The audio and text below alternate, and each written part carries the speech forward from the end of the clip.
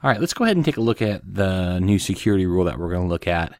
What we added was, if you look at our user class, we added a session ID as the last variable.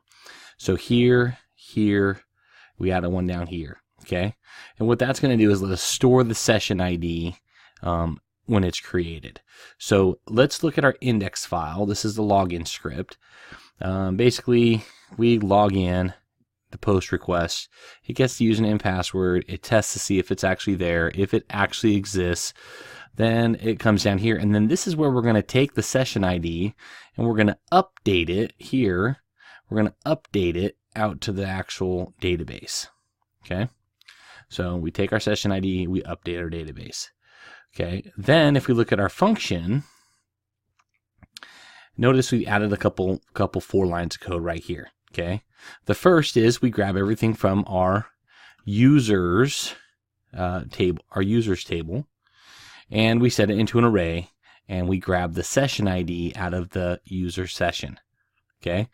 So this find all user ID is in the session class. Actually, it's not in the session class, it's in the user class. And let's see if we can't move that down just a little bit so we could see it. Find all user ID. Notice we are using the session user ID limit 1 to get only 1 return. So it's not really finding all the user ID, it's finding all the information about the user. So select all from user, where the session ID for the session user ID is equal to the user ID. Okay. Let's put this back up a little bit. All right. So go back to our function and let's look at our function code. We added these 4 lines of code. The first one says, hey, find the information about find all user ID. Okay. Then put it into an array, grab the session ID and set it equal to sesh or ses ID, and then create another one called security ID and get it to the current session ID, the one right now. Because we require this login on every single page, if we happen to jump onto a page or bookmark a page, it's going to say check that session ID, the current session ID right then. Okay. So it checks it.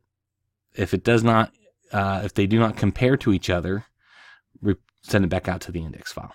And that's as easy as it is. Okay. So those 4 lines of code.